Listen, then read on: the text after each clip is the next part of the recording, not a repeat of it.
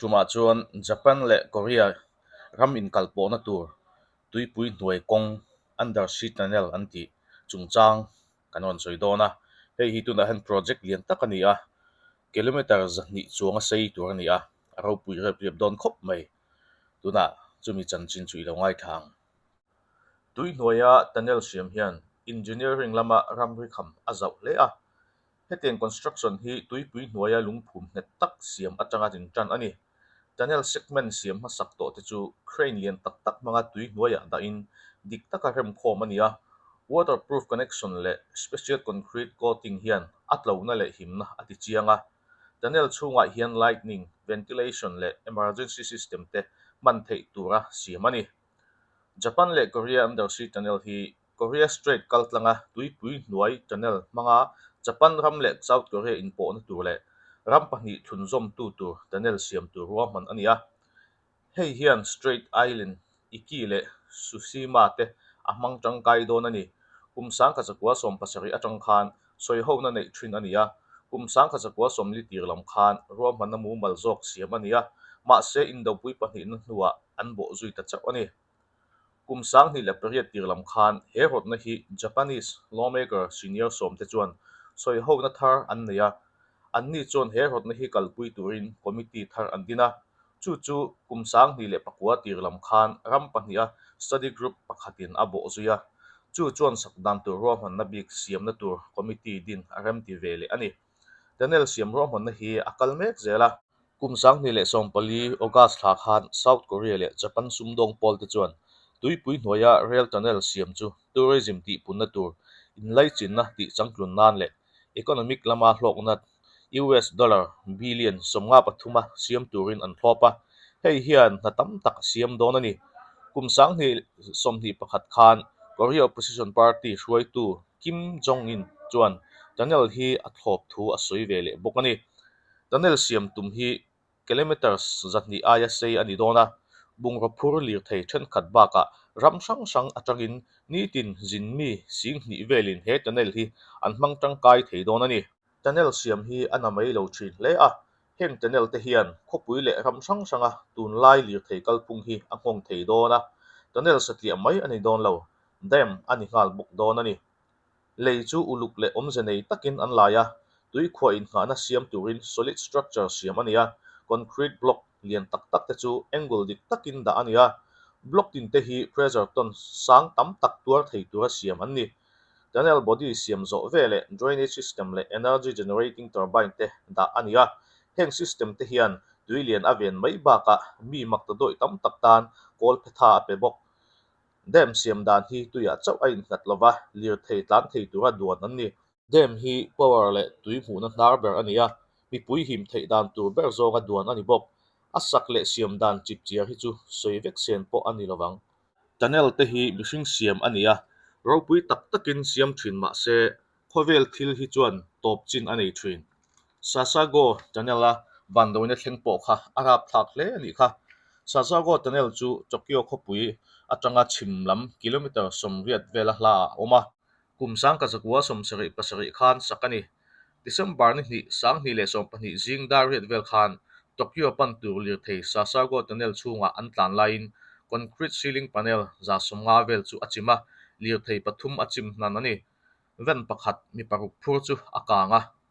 panel plate hi centimeter somni a cha ni in ton 1.2 vel thawakrit ani mi pakwalai an thia mi pani in hliam an tur bok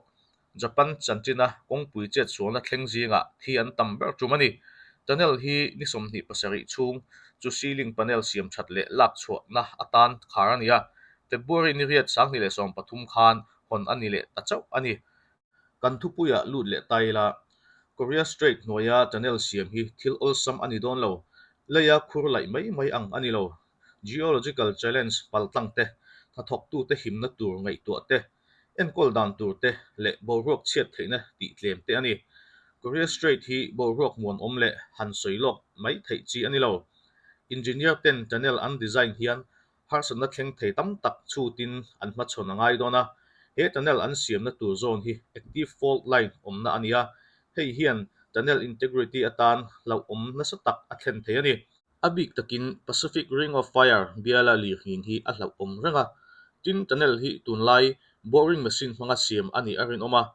tunnel lai chuana hian tunnel achim emo achiat emo thei dan tur ngei to lok ani nge yang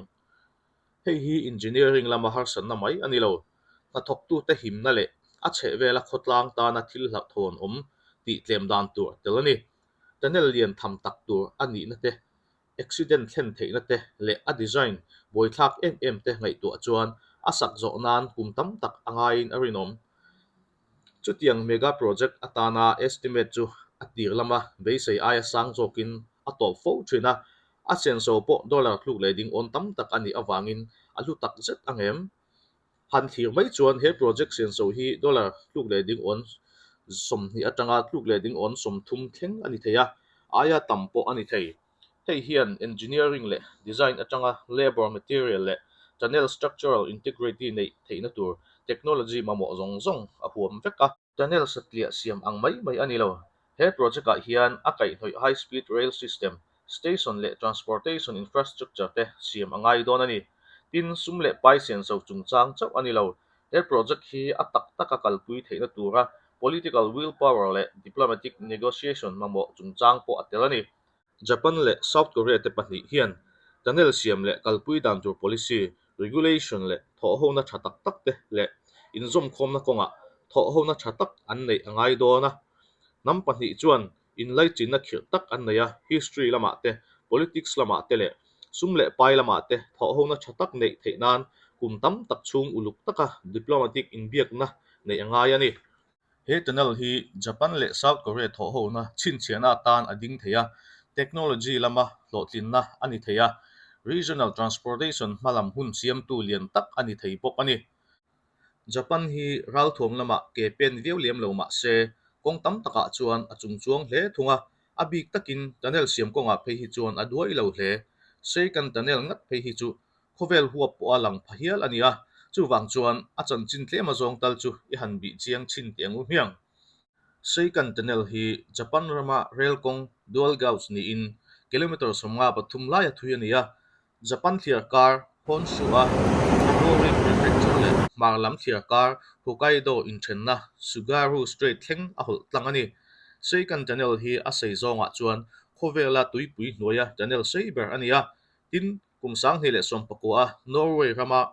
tunnel hon hnua tuipui hnuai lama transport tunnel thuk ber pahnih na ani boka Switzerland a Gotthard base tunnel hon hnua mainline railway tunnel seiber pahnih na ani bok ani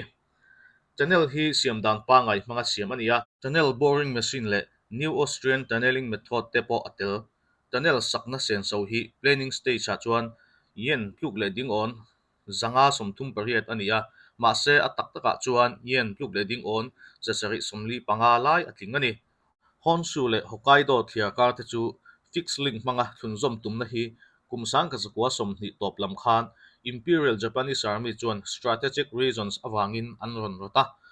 sipai ten thiarkar lian berber te inkalpawhna siam an tumzinga Japanese te thunun Korea le Sakhalin Island po telani tenela hian rail kong a awma tunnel siam na tur hi Japanese National Railways in a sponsor ani kumsang khasakwa somruk pali khan saktan ania kumsang khatsakwa somriat pariat khan sakzo ani tin kum khata na thokmi sangthum vel an oma tuilian le thil dang thleng awangin bi somthum pali an thibok tunnel hi kumzabi somni na engineering thil ti ro pui ber pol alani reng ani construction le sum le pai lama thorim na na sa tak omma se kan tunnel hian tangkai na tlem te chaw ania Honshu le Hokkaido in kara passenger thlona manga zin chu arang zoka tunnel chunga rail manga kal ang maya man tlom ani kumsang khachakwa somnga chowa tunnel siam tum ani ti khan he thliar kar le Hokkaido in kara in kalpawhna lian ber chu ferry ania ma se kumsang khachakwa somnga palia typhoon in anwai chiam khan Sugaru Strait a ferry long pilnual awangin mi sangkhazali chuangin nunna achana chu thil thlenga wang chuan tunnel siam rot na chu support a hlo ta hle a ma se chu mi hnuwa chuan air transport atangkai chho ta hle a kan tunnel hian atir lama an ro man ain passenger a phur tlem thin hle ani engpo ni se tunnel hi bunga phur rel tan po poimo tak alani renga abik takin agriculture lamtan bungra phur chuana mun poimo tak alani reng tho ani khang zong zong atanga han ngei to khan japan hi an na mai lo hle ti achiang viau ome second channel po khovel siat lo takle aberkai pha ania japan le korea channel project pe hi chu aturu hle don ani he ro mon na hi a hlo tin ngat chuan atuka channel sei hi engram tan po sakle thei a har hle to ngeyang khati zong kha ni le phot sela next video kan hule thau don nia kan channel te milo subscribe saka kan loma subscribe lo kan lo om ni chuan milo subscribe sak chel don nia kan lom em em e pathian in mal som vek chaw ro se bye bye